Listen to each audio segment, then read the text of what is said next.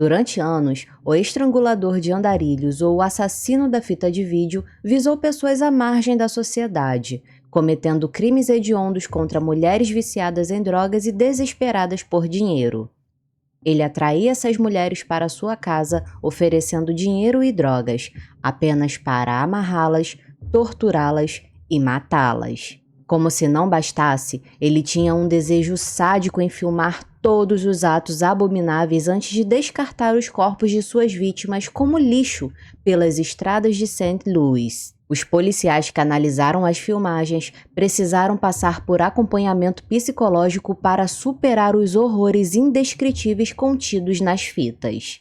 Investigadores o ligaram ao assassinato de 12 garotas de programa na região. Conheça o caso do serial killer Maury Travis.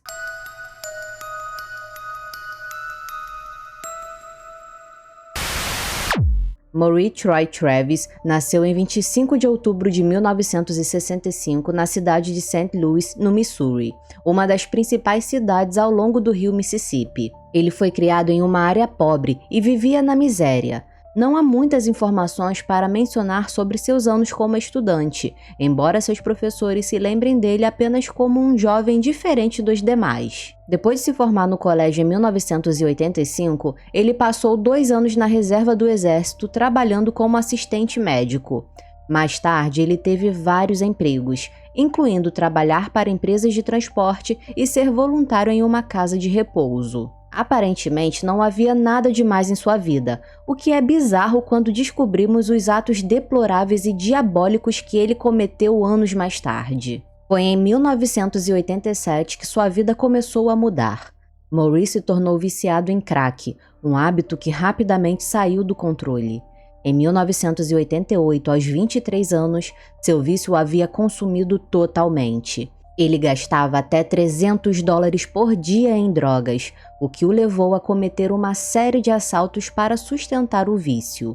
No período de 8 dias, ele roubou 5 lojas de calçados em todo o condado. Quando a polícia finalmente o prendeu, ele não foi nem agressivo e nem hostil. Esses policiais mais tarde o descreveram como um cara bastante respeitoso. Quando Maury compareceu ao tribunal, ele alegou que seu uso de drogas havia ofuscado sua memória dos assaltos que havia cometido. Maury pediu clemência, dizendo ao juiz que havia concluído a reabilitação e não estava mais usando drogas depois de passar algum tempo na prisão antes do julgamento. No entanto, poucos meses antes do seu aniversário de 24 anos, o juiz o condenou a 15 anos de prisão. Cerca de 2 meses após o início da sentença, Maury enviou uma carta escrita à mão para o juiz, pedindo que reconsiderasse a sentença.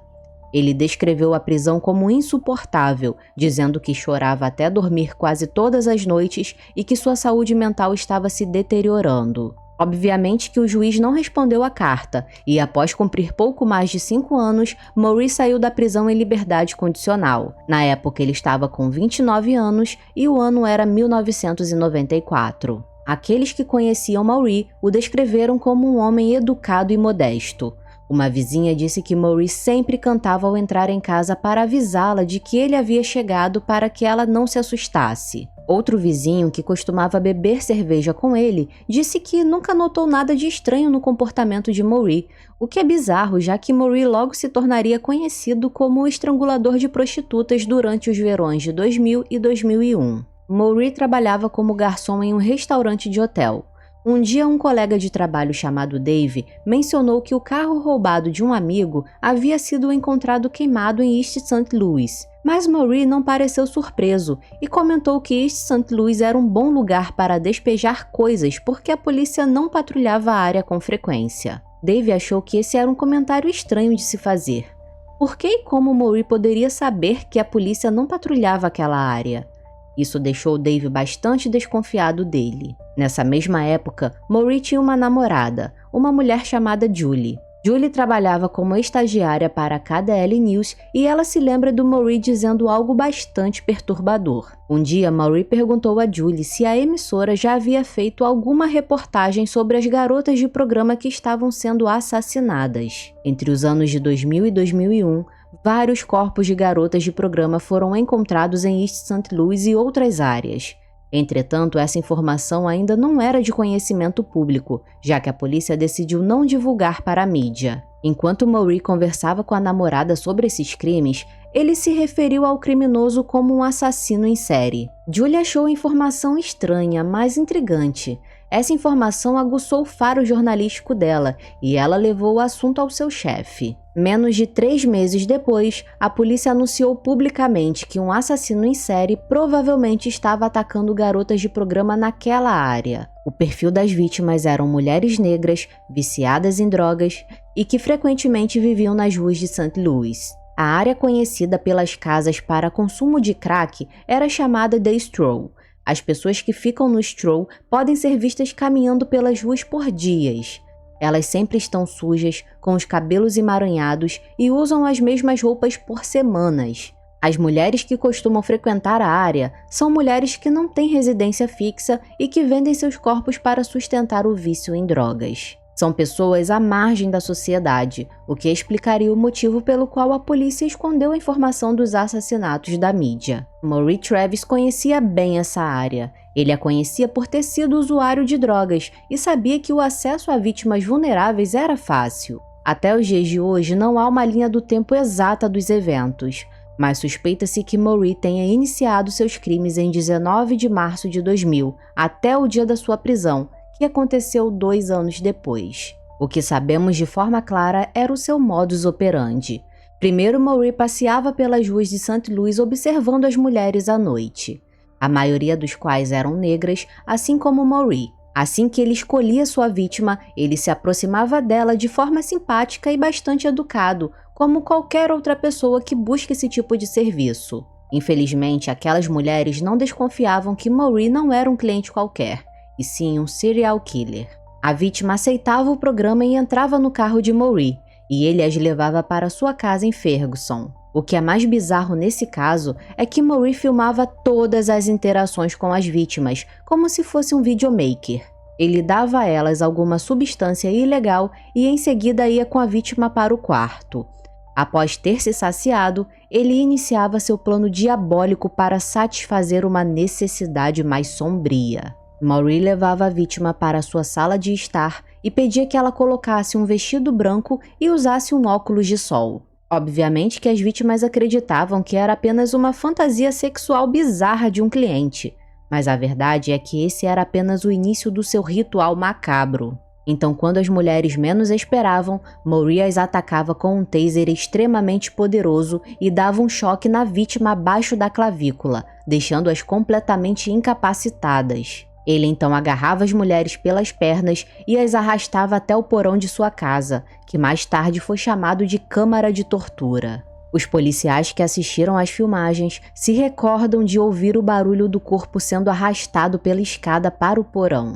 No porão, ele despia as vítimas e as algemava a uma coluna de madeira grossa, com as mãos e pés para trás, deixando-as de joelho. Depois que a vítima estava imobilizada, Maureen começava a interrogá-las, perguntando quem estava cuidando de seus filhos.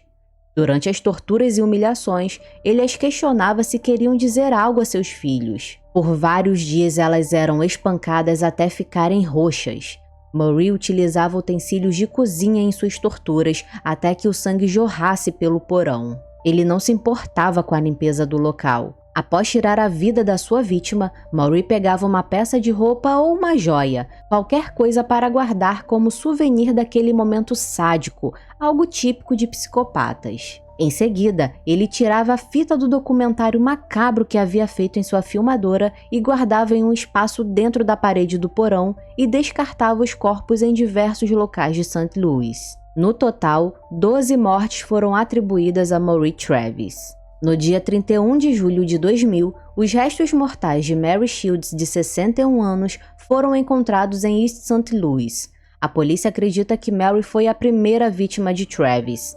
Na época que o corpo foi descoberto, a polícia não suspeitava que um assassino em série estava atacando na área. Em 24 de março de 2001, o corpo de Cassandra Walker, de 19 anos, foi descoberto em Washington Park, em Illinois. No dia 1º de abril de 2001, o corpo de uma mulher de 34 anos chamada Alyssa Greenwade foi encontrado no Washington Park com marcas de estrangulamento no pescoço. Teresa Wilson, de 36 anos, foi encontrada morta por estrangulamento em uma vala na rodovia 67 em 15 de maio de 2001. Teresa Wilson era mãe de uma menina. Ela levava a filha ao local onde encontrava seus clientes.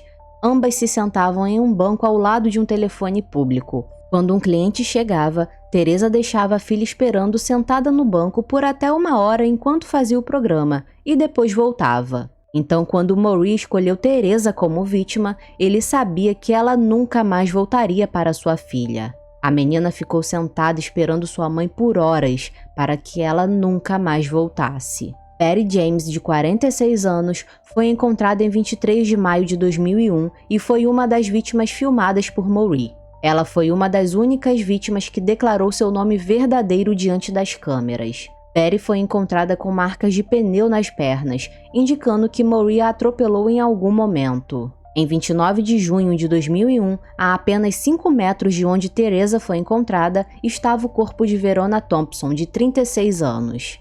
Em 25 de agosto de 2001, o corpo de Yvonne Cruz, de 50 anos, foi encontrado já em estado de decomposição.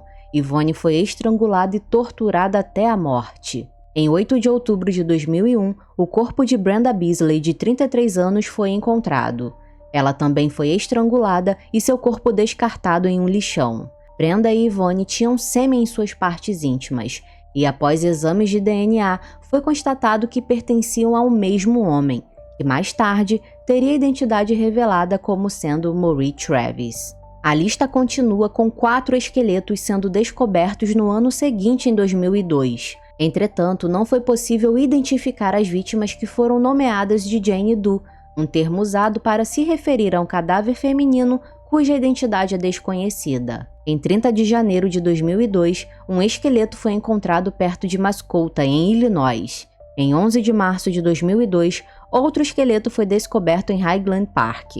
Em 28 de março de 2002, mais um esqueleto foi encontrado em Columbia, também em Illinois. Em 25 de maio de 2002, o esqueleto de mais uma vítima foi encontrado em West Alton.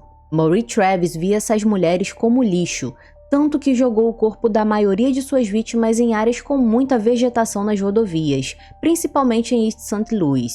Alguns dos corpos foram encontrados descartados em lixões ilegais, enterrados sob pilhas de lixo. Durante esse período, a polícia encontrava um corpo a cada 6 semanas. Para a polícia, os assassinatos haviam sido cometidos pelo mesmo criminoso, mas infelizmente não haviam pistas que pudessem levar à identidade do assassino.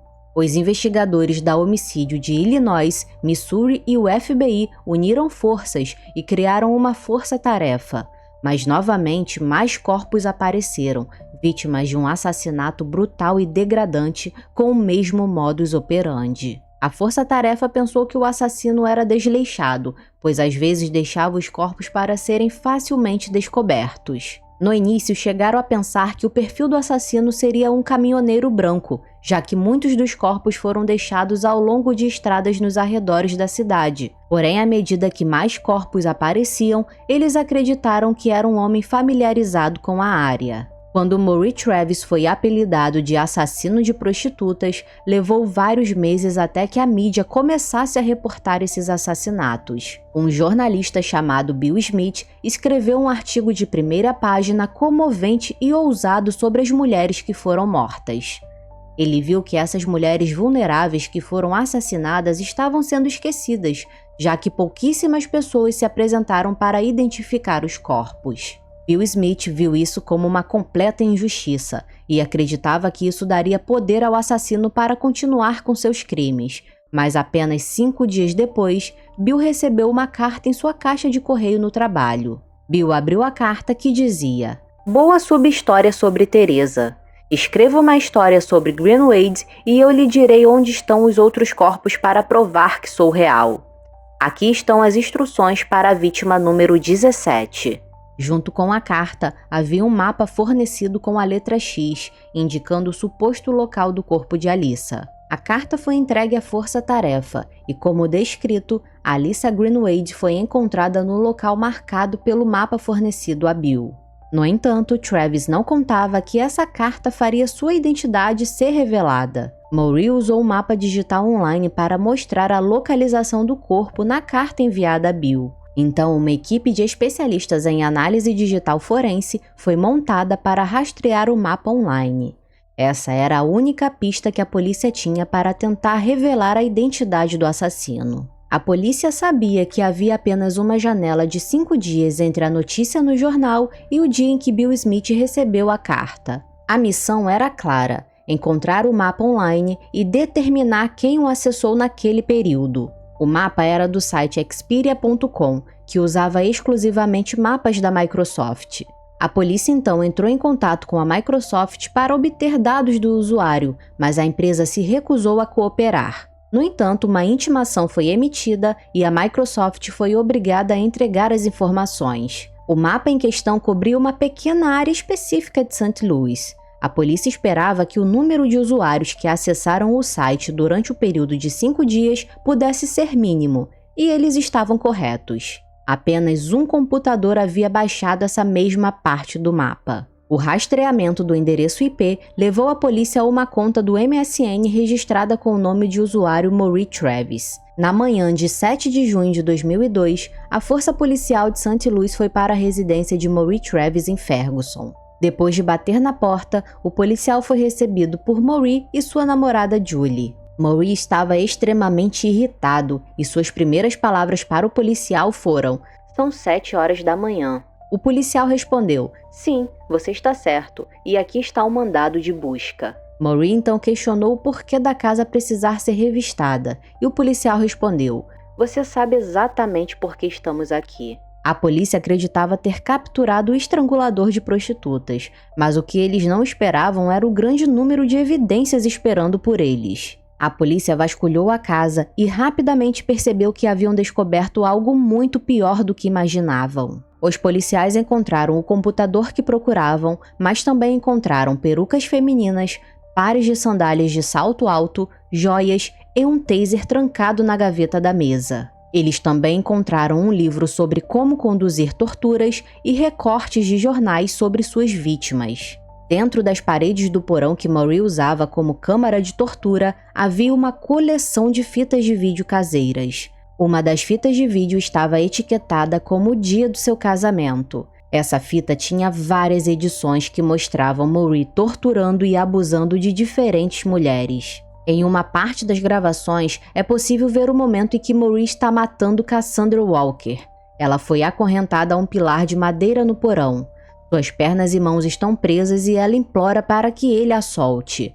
Maureen então pega um cinto e a estrangula até a morte. Com Cassandra morta no porão, Travis é ouvido dizendo: "Essa é a primeira morte, número 1. A primeira morte foi aos 19 anos. Nome? Não sei, não dou a mínima. A primeira morte foi legal."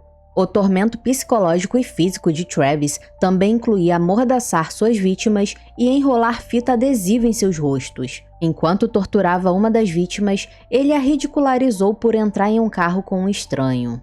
O conteúdo das fitas era tão perturbador que todos os policiais que assistiram precisaram receber tratamento psicológico.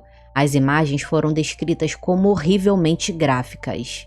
A polícia também descobriu uma cela de prisão improvisada no porão. O sangue cobria as paredes, o teto, as portas e o carpete. Até os móveis estavam manchados de sangue. Esse foi o cenário para a maioria das fitas em vídeo que ele fez. Ao vasculhar a casa de Maureen, a polícia encontrou uma planta detalhando os planos para uma expansão do porão. Maureen pretendia construir 2 celas de prisão onde acorrentaria suas vítimas. Os planos eram incrivelmente bem pensados, incluíam saídas de ar para os porões para garantir a ventilação, e como não haveria banheiros, Maureen fez uma lista de suprimentos que incluía fralda geriátrica. Ficou claro que ele estava se preparando para manter as mulheres em cativeiro por um longo período de tempo. Descobriu-se que a Julie, a namorada de Maureen, não tinha ideia do que estava acontecendo no porão da casa ou o que Maureen havia planejado. Ela jurou que nunca havia ido ao porão e que apenas o Maureen entrava lá. Apesar do porão ser um local sujo e repleto de sangue das suas vítimas, a casa de Maureen era limpa e organizada. Maureen Travis foi interrogado por 4 horas em seu sofá, antes de ser levado para interrogatório na delegacia. Inicialmente, ele foi preso por acusações de sequestro relacionadas a 2 vítimas. Porém, Maureen não estava cooperando, não havia emoção, nem culpa e nem remorso. Ele foi descrito pelos policiais como nada além de um monstro. Ele permaneceu sentado, inabalável, perguntando aos policiais como o haviam encontrado. Sua arrogância era perturbadora. Ele até comentou que o entrevistador era chato e que queria alguém mais desafiador. Os investigadores de Betty James e Alyssa Greenwade então compararam as marcas de pneus na perna de Betty, que eram compatíveis com os pneus do carro de Maureen. Agora, a prioridade da polícia era identificar e localizar as outras vítimas que estavam nas fitas e cujo DNA cobriu o porão na forma de manchas de sangue. Ao chegar à delegacia, Maureen Travis zombou da ideia de que profissionais do sexo assassinadas fossem vítimas. O sargento colocou fotos das mulheres sobre uma mesa na sala de interrogatório e perguntou a Travis se ele conhecia alguma delas, mas Travis disse que não. Minutos depois, Maureen pediu para ver as fotos das mulheres mortas, mas o sargento informou a Maureen que nunca disse que aquelas mulheres haviam sido assassinadas, então ele se calou. Maureen Travis parecia incapaz de acreditar que finalmente havia sido pego. Então a polícia revelou que foi a carta para Bill Smith que o levou a ser preso, e com isso seu comportamento mudou completamente.